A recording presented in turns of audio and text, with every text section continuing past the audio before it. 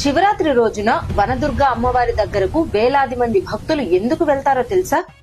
శివయ్యకు ఈ గుడికి ఉన్న సంబంధం ఏంటి? ఈ క్షేత్రానికి మహాభారతంతో సంబంధం ఉంది. పరీక్షిత్ మహారాజు ఒక ఋషిని అవమానించగా పాము కాటుకే మరణించుగాక అనే శాపం పొందాడు. అలాగే ఆ రాజు పాము కాటుతో మరణించాడు.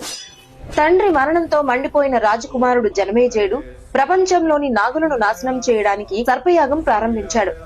ఆకాశం నుంచి పాములు అగ్నిలో పడిపోతుంటే సృష్టి సమతుల్యం కూలిపోతుంది. అప్పుడు దేవతలు పరమశివుణ్ణి ప్రార్థించారు.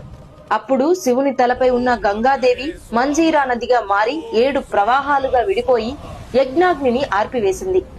అందుకే ఈ ప్రదేశం పేరు ఏడుపాయలుగా ప్రసిద్ధి చెందింది.